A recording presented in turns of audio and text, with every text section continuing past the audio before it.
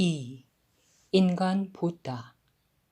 자유로운 삶, 청정한 삶, 행복한 삶, 공존하는 삶을 지향하는 불교, 마음과학, 사티 수행을 창시한 고타마 시달타는 신이 아니라 인간이다. 부다는 사람이었기에 그의 삶은 밝은 면도 있고 어두운 면도 있다. 대부분 사람은 밝은 면의 부다만 보려고 한다. 그러면 부족하다. 부다 가르침을 있는 그대로 배우려고 하면 밝은 면뿐만 아니라 어두운 면도 볼 수 있어야 한다. 고타마 시달타는 어머니 마하마야 부인이 해산하기 위해 친정으로 가는 길에서 태어났다. 태어난 지 7일 만에 어머니는 산후 후유증으로 돌아가시고 이모이자 새 어머니인 마하빠차파티 고타마가 양육했다. 작은 왕국이었지만 태자로 태어나 성장한 고타마 시달타는 친어머니에게서는 자기만 태어났고 새어머니에게서 남동생 하나와 여동생 4명이 태어났다. 훗날 모두 출가했다. 12살쯤부터 여러 가지 이유로 삶의 무게를 느껴 출가해 수행자가 되려고 했지만 부모가 허락하지 않았다. 16세에 처음 결혼하지만 이후 2번 정도 더 결혼한 것 같다. 부인으로 알려진 야소다라는 2번째 부인으로 추정된다. 야소다라는 라훌라를 낳았다. 라훌라는 훗날 아버지인 부다를 따라 출가했다. 아버지 수토타나 왕은 고타마 시달타 출가를 허락하지 않고 자기 방식대로 즐거움을 제공하기 위해 삼시전을 만들고 온갖 종류의 즐거움을 제공했지만 아들의 마음 갈증을 해소시키지 못했다. 삼시전에서 이루어진 유희는 10대 중반부터 출가하는 날 밤까지 15년 정도 지속됐다. 이때 뼛속 깊이 박힌 감각적 즐거움은 출가 수행하는 내내 고타마 시달타를 괴롭혔다. 아들이 태어났다는 말을 듣고 이 아이가 자기 발목을 잡을 것이라고 한탄했다. 이 말을 듣고 수토타나가 그것으로 새로 태어난 손자 이름을 지었다. 그것이 라훌라다. 장애란 의미다. 고타마 시달타는 아들이 태어나자 그때까지 미뤘던 출가를 결심하고 야밤에 성을 넘어 출가했다. 불교사는 이 장면을 위대한 출가라고 말한다. 그러나 이것은 결과가 부다를 잃었기 때문에 의미 부여한 것이고 실상은 책임져야 할 민족과 가족, 자식과 부인을 두고 떠난 야반 도주에 불과했다. 고타마 시달타가 출가할 때는 라훌라가 태어난 직후라고 한다.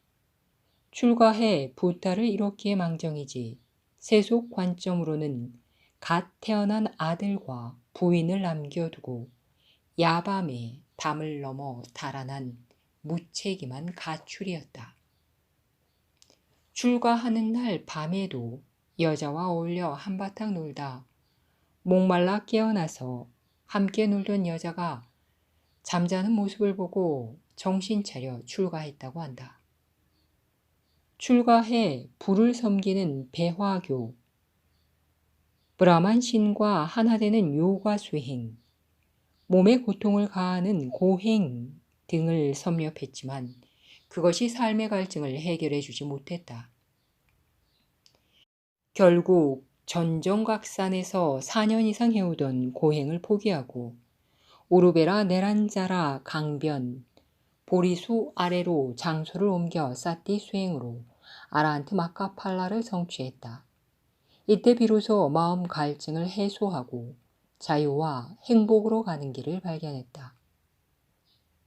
그 순간 스스로 자기 자신을 자유와 행복으로 가는 길을 발견한 자란 의미로 붓다라고 선언했다.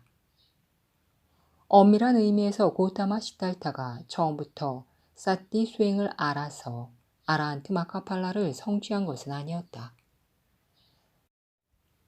사람 삶을 획기적으로 바꾼 위대한 발명이 그러하듯 고타마 시달타 또한 마찬가지로 보리수 아래서 수행한다고 앉아서 낑낑대다 소 뒷걸음치다 쥐 잡듯 하여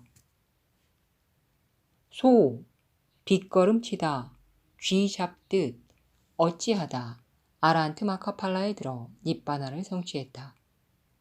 그 후 2개월 정도 그곳에 더 머물며 자기가 발견한 이론과 기술을 면밀히 검토하고 실천으로 검증한 후 자기가 발견한 이론을 마음과학, 수행기술을 사띠 수행이라고 정의했다.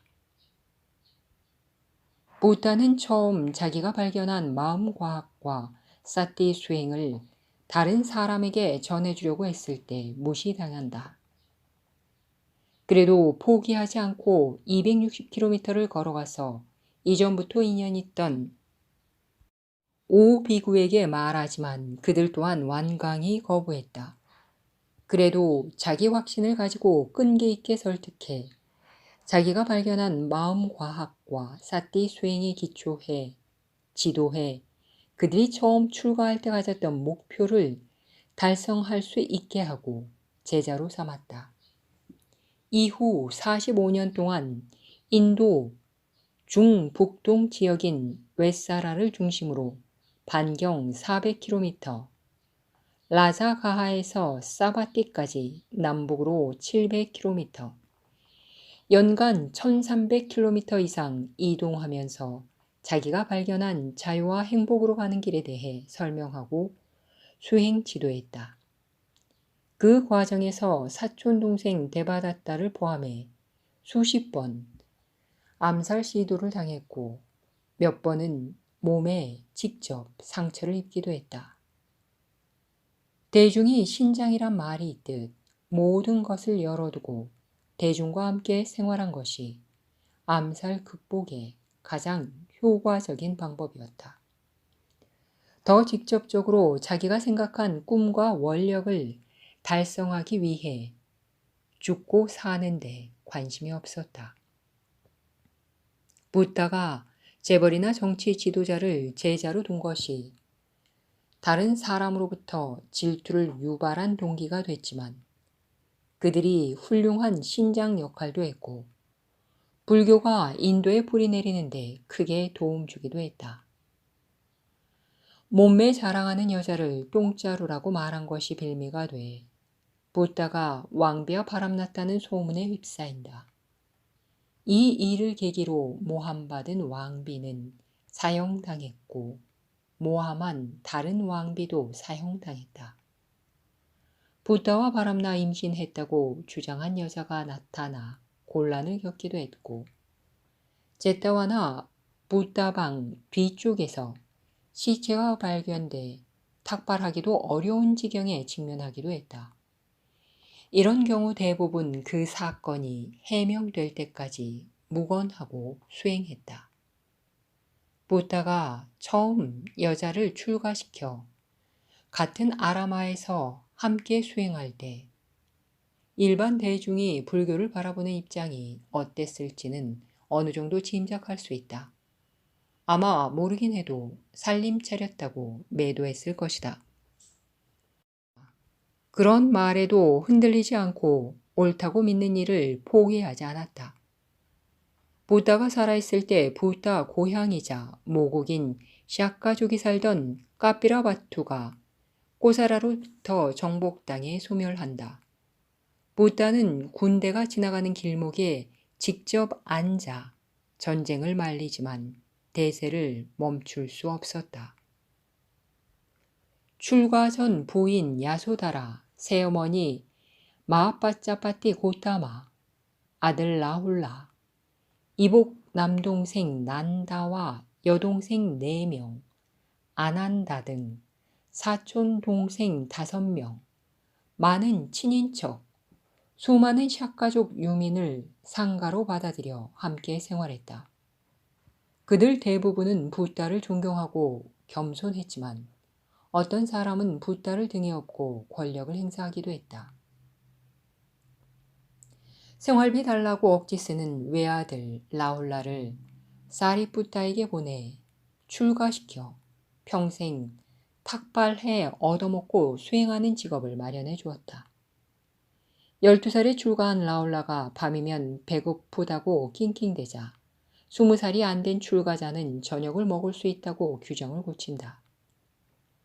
라울라가 선배 수행자를 존경하지 않고 거만하게 행동한다는 소문이 라자가하 웨루바나까지 들리자 그곳에서 사와티 제따와나까지 700여 킬로미터를 단숨에 달려가 발 씻은 물을 먹으라고 하며 나무라는 장면을 보면 사람 사는 모습은 똑같다는 것을 알 수 있다. 병들어 죽어가는 제자가 붓다를 한 번이라도 보겠다고 간청하자 이 늙은 몸은 보아 무엇하겠느냐고 타이르며 삶의 실제를 바라보자고 말하는 장면은 신격화를 거부하는 인간 붓다를 볼 수 있다. 조폭이 와서 진짜 수행자인지 가짜 수행자인지 실험한 후 존경하겠다고 말하고 붓다에게 시비 걸려고 몸을 일부러 부딪혔다. 붓다가 슬쩍 피하자 조폭이 두려워서 피하느냐고 묻자 붓다는 두렵지 않으나 기분이 나쁘다고 대꾸했다. 탁발하러 가는 길에 농부가 점심 먹기 위해 줄을 선 곳에 슬쩍 끼어든다. 붓다 차례가 돼서 빠따를 내밀자 바루를 내밀자 농장 주인은 일하지 않은 사람에게 밥을 줄 수 없다고 말했다. 그러자 붓다는 자기도 마음 바칠 일구는 정신 노동자라고 한참을 설명해 겨우 밥 한 그릇을 얻어먹었다. 붓다가 수행지도 하거나 법문하는 도중에 비판하고 퇴장하는 사람도 부지기수였다. 오후 불식하자는 말을 듣고 제자가 단체로 저항하기도 했다. 45살 때는 꼬산비에서 출가 수행자 사이에 분쟁이 일어났다. 2년이 지나도 그치지 않자 직접 찾아가 말리지만 도리어 제자로부터 내침을 당하고 깊은 슬픔에 잠기기도 했다. 말년에 병들어 아파하는 모습은 영락없이 나이든 노인을 보는 것 같다. 인멸 후 제자와 교단이 혼란에 빠질 것을 염려해 여러 가지 원칙을 제시하는 것을 보면 사후에 남은 사람을 걱정하는 여느 사람과 다를 바 없다.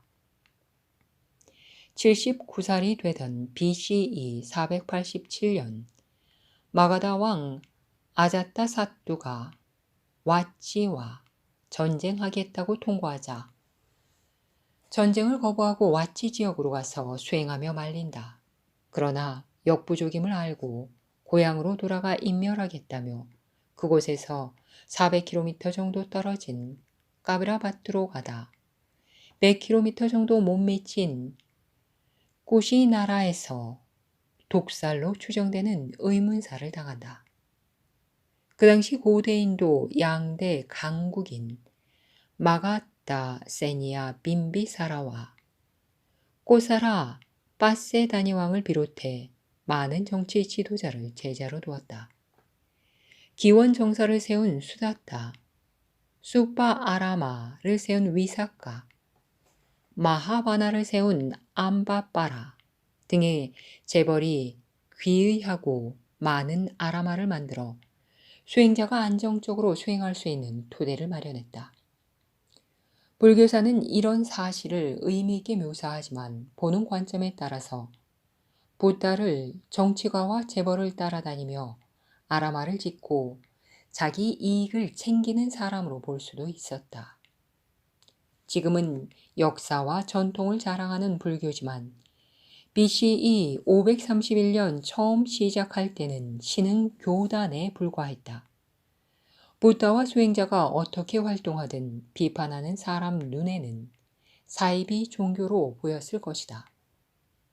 부다가 자기를 믿고 따르는 제자에게 많은 사람이 만져도 흔들리지 않는 목욕탕 기둥처럼 다른 사람 평가에 흔들리지 말고 자기가 처음 세운 목표를 향해 묵묵히 가라고 격려했다. 부다는 41세를 전후해 인멸할 때까지 거의 매년 제타와나가 있는 사바티에서 출발해 마하바나가 있는 웨사라를 거쳐 웨루바나가 있는 라자가하까지 길을 이동하며 수행 지도했다. 사바티에서 라자가하까지 약 700m 정도 된다. 41살 전후부터 이 거리를 1년에 한 번씩 왕복했다. 연간 이동 거리만도 1300km 이상이다.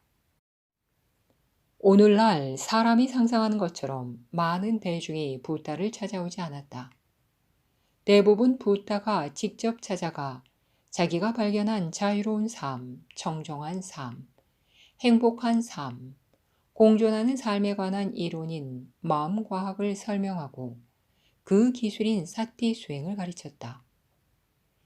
일반 사람은 부다가 개발한 마음과학과 사티 수행이 너무 우수해 사람이 받아들였다고 생각한다. 그러나 그것은 절반만 옳다.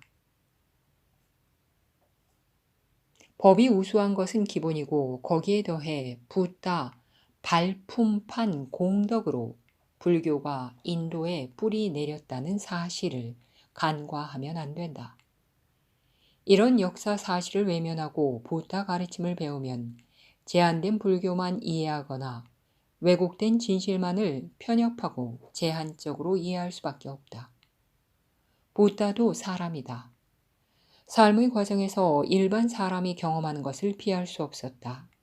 그러나 후세 사람은 부다가 창안한 자유와 행복으로 가는 길인 마음과학 사티 수행, 삶을 통찰하는 지혜만 기억하고 인간적인 삶은 애써 외면하고 영웅적이거나 신으로 포장된 부다만 강조했다. 사람이 살면서 별일을 다 경험한다. 그러나 세월이 흐르면 별일은 사라지고 그 사람이 남긴 의미 있는 일만 기억한다. 부다도 마찬가지다. 부다가 살면서 경험한 잡다하고 일상적인 별일은 없어지고 사람은 부다가 만든 자유와 행복으로 가는 도구인 마음과학과 사티 수행만 기억한다. 이런 사실과 진실에 기초해 부다와 불교를 이해하면 있는 그대로 부다 가르침을 만날 수 있고 살아있는 지혜를 얻을 수 있다. 부다가 직면한 어려움을 극복하기 위해 어떤 지혜와 용기를 필요로 했는지를 볼 수 있어야 자기가 직면한 어려움을 극복할 때 부다가 사용했던 지혜와 용기를 차용할 수 있다. 그러지 않고 밝고 위대한 부다 진리만 바라보면 얻을 게 별로 없다. 극락에는 부다가 필요치 않다. 밝음이나 즐거움은 굳이 설명하거나 참조할 필요 없다. 즐거움을 해결하기 위해 부다 지혜가 필요한 사람은 별로 없다. 행복해 힘들어하는 사람은 없기 때문이다. 힘들고 어려울 때 답답함과 괴로움을 극복하고 상쾌함과 즐거움이 필요할 때 어둡고 흐려서 길이 보이지 않을 때 부다와 사티 수행을 찾아보자. 혹시 그곳에 내가 필요한 것이 있을지도 모른다.